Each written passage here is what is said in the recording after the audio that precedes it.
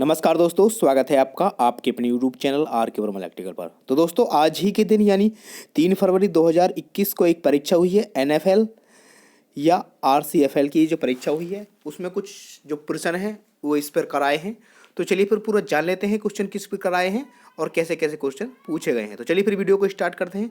Video start करने से पहले आपसे रिक्वेस्ट है, यदि आप चैनल पर नए हैं तो प्लीज़ चैनल को सब्सक्राइब कर लें और साथ में बेल आइकन को भी प्रेस कर लें, जिससे कि आने वाली वीडियो का कोई भी नोटिफिकेशन आपको सबसे पहले प्राप्त हो सके। और आप हमारे टेलीग्राम ग्रुप को भी ज्वाइन कर लें, जिसका लिंक आपको नीचे वीडियो के डिस्क्रिप्शन में मिल जाएगा। तो चलिए फिर दोस्तों, एक ये क्वेश्चन आया था आपका, यहाँ पर आप देख रहे हैं, यानी आपसे पूछा गया था, आपको फ्रीक्वेंसी 60 हर्ट्ज दी गई थी वहाँ पर और आपसे उसका टाइम पीरियड पूछा गया था। तो दोस्तों बहुत ही आसान था।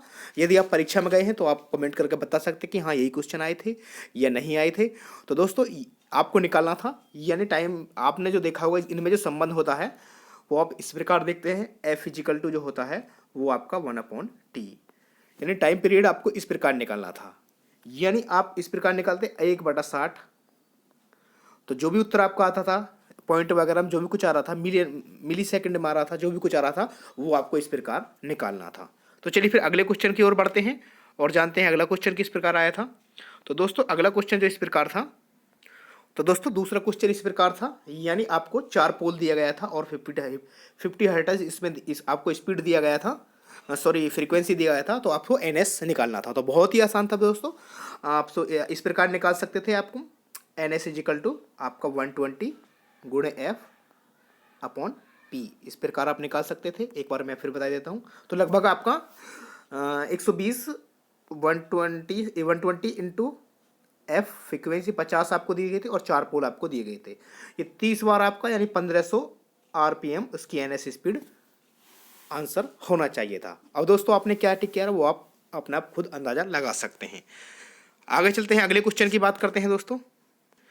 नेक्स्ट क्वेश्चन आपका ये था, आपको 4 पोल उसमें दिए गए थे आपको और 1440 आपकी स्पीड दी गई थी और उसमें आपको परसेंटेज स्लिप ज्ञात करना था। तो दोस्तों बहुत ही आसान था इसमें बिल्कुल।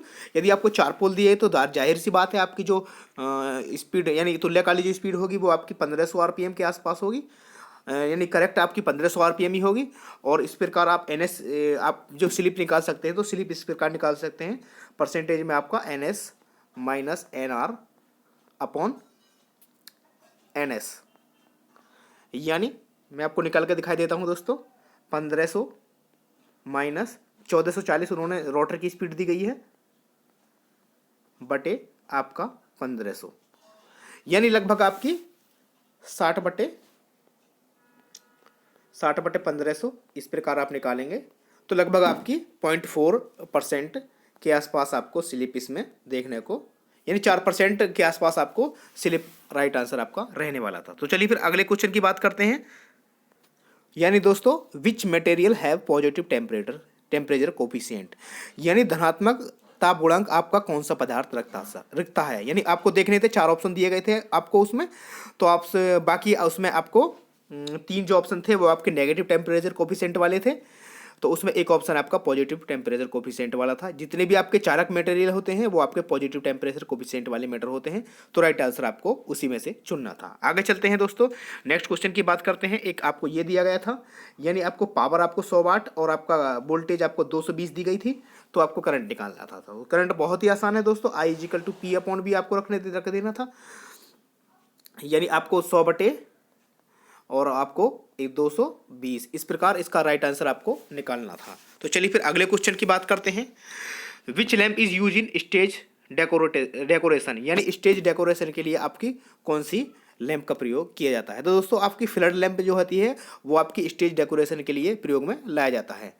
आगे चलते हैं, एक दोस्तों एक और क्वेश्चन था इसमें आपका, इंसुलेटर हैव टेम्परेचर कोफिशिएंट। तो दोस्तों आप सभी को पता है, बहुत ही आसान क्वेश्चन है, यानी जो आपके इंसुलेटर जो मटेरियल होते हैं वो आपके नेगेटिव टेम्परेचर कोफिशिएंट की प्रॉपर्टी रखते हैं और आपके जो चालक पदार्थ होते हैं वो आपके पॉजिटिव टेम्परेचर कोफिशिएंट की वो आपकी प्रॉपर्टी रखते हैं। अब इसका मतलब समझा देता हूँ। यानी इंसुलेटर जो होते हैं, नेगेटिव टेम्परेचर कोफिशिएंट का मतलब ये होता है कि उसका तापमान बढ़ाने से उनका जो रजिस्टेंस है वो कम हो जाना, और दूसरी तरफ बात करें पॉजिटिव टेम्परेचर कोफिशिएंट की, यानी ताप बढ़ाने से उनका रेजिस्टेंस बढ़ जाना, ये पॉजिटिव टेम्परेचर कोफिशिएंट की श्रेणी में आते हैं। तो दोस्तों राइट आंसर आपको ऑप्शन में से इस प्रकार चुनना था। आगे चलते हैं दोस्तों,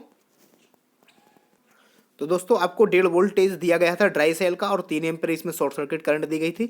तो आपको इंटरनल रेजिस्टेंस आपको ज्ञात करना था। तो बहुत ही आसान सा आप निकाल सकते थे। आर इज इक्वल टू आपको वी अपॉन आई निकाल देना था। तो राइट आंसर आप उसी प्रकार निकाल सकते थे। मैं फॉर्मूला एक बार आप फिर बता देता हूँ। आर इज इक्वल टू जो आपका वी अपॉन आपको R sorry V upon I से निकाल देना था 1.5 बटे आपका 3 और आपको दोस्तों 1/2 एम्पेयर के आसपास इसकी करंट आपकी यानी 0.5 के आसपास इसकी करंट आपको राइट आंसर करना था। आगे चलते हैं दोस्तों। एक क्वेश्चन ये था, how many negative plate in 15 lead acid battery, यानी आपकी 15 प्लेट की लेड एसिड बैटरी है तो उसमें आपको नेगेटिव प्लेट की संख्या कितनी होगी। तो दोस्तों उसमें आप सभी को पता है जो नेगेटिव प्लेट की जो संख्या होती है वो पॉजिटिव संख्या से एक यानी n+1 होती है, यानी पॉजिटिव से एक ज़्यादा होती है। तो दोस्तों इसमें इसमें और वो भी विषम की संख्या में होती है। दोस्तों इसमें आपको 8 और 7 का बैठ रहा है, यानी 8 आपकी नेगेटिव प्लेट होंगी और 7 आपकी पॉजिटिव प्लेट। तो राइट आंसर आपको 8 इसमें करना था। आगे चलते हैं दोस्तों। Speed regulation synchronous speed. तो दोस्तों आपको स्पीड का रेगुलेशन पूछा गया था सिंक्रोनस स्पीड में। तो आपको मैं बता देना चाहता हूँ स्पीड रेगुलेशन आपका 0 होता है सिंक्रोनस स्पीड में, क्योंकि उसमें तुल्यकाली गति पर ही चलती है, ना कि उसकी गति में कोई भी परिवर्तन नहीं होता है। तो दोस्तों इस प्रकार इसका राइट आंसर आपको 0 करना था। आगे चलते हैं दोस्तों। Which type EMF induce in transformer, यानी ट्रांसफार्मर में आपका कौन से प्रकार का ईएमएफ उत्पन्न होता है। तो आप सभी जानते हैं दोस्तों, बहुत ही आसान क्वेश्चन था। यानी ट्रांसफार्मर में जो उत्पन्न होता है वो आपका स्टैटिक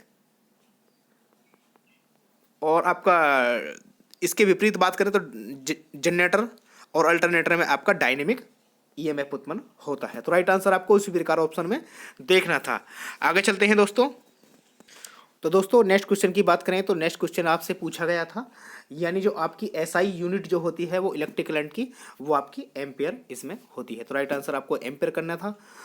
और आप नेक्स्ट क्वेश्चन की बात करें तो MMF same as electric circuit, यानी जो आपका मैग्नेटिक मोटिव फोर्स होता है वो विद्युत यानी चुंबक में मैग्नेटिक मोटिव फोर्स होता है और आपका विद्युत में आपका ईएमएफ होता है। तो वो आपका राइट आंसर आपको ईएमएफ वहाँ पर करना था, यानी विद्युत वाहक बल के समान होता है आपका मैग्नेटिक मोटिव फोर्स। तो राइट आंसर आपको एमएमएफ के स्थान पर आपको ईएमएफ करना था। आगे चलते हैं दोस्तों। यूनिट ऑफ कैपेसिटेंस, यानी कैपेसिटेंस की आपको यूनिट पूछी गई थी, उसमें आपको फेरड नहीं दिया गया था। तो इसमें फेरड के स्थान पे आपको ये वाला ऑप्शन दिया गया होगा। C बराबर आपका Q/V होता है, तो आपको कूलाम प्रति वोल्ट इसका आंसर रहना था। और दोस्तों आप परीक्षा देने गए हैं तो आपको पता ही होगा कि उसमें कौन कौन से ऑप्शन दिए गए थे।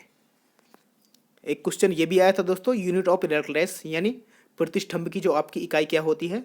तो प्रतिष्ठंभ की इकाई 2 इकाई होती है, यानी 1/हेनरी और आपकी 1 वेबर प्रति एम्पेयर टन। इसका राइट आंसर आपको ऑप्शन में देखकर करना था। तो दोस्तों एक क्वेश्चन ये भी था दोस्तों, why series motor can not be start without load, यानी किस कारण से आपकी जो सीरीज मोटर है बिना लोड के स्टार्ट नहीं होती है। तो दोस्तों इसको स्टार्ट होने के लिए आपको लोड आवश्यक होना जरूरी है, क्योंकि इसका सर्किट जो आपका जब ही पूरा होता है और इसकी फील्ड और की जो वाइंडिंग को जो आपकी जो करंट मिलती है वो इसी के द्वारा मिलती है। तो दोस्तों राइट आंसर आपको देखना था, यानी इस शून्य लोड पर इसलिए स्टार्ट नहीं किया जाता है क्योंकि इसकी गति बहुत ही अनंत हो जाती है। तो दोस्तों ये थे कुछ इंपॉर्टेंट इन्फॉर्मेशन जो पिछली परीक्षा यानी आज के दिन जो परीक्षा हुई है NFL की और ITI ट्रेड वालों से ये क्वेश्चन पूछे गए थे। बहुत ही अच्छे क्वेश्चन आए थे। उम्मीद करता हूँ सभी क्वेश्चन आपने अच्छे से किए होंगे और सही किए होंगे। तो दोस्तों मिलते हैं आपसे एक अगली वीडियो में, तब तक बने रहे हमारे चैनल पर। और प्लीज़ चैनल पर नए हैं तो प्लीज़ चैनल को सब्सक्राइब कर लें और साथ में बेल आइकन को भी प्रेस करके वीडियो को ज़्यादा से ज़्यादा अपने दोस्तों में शेयर करें। धन्यवाद दोस्तों।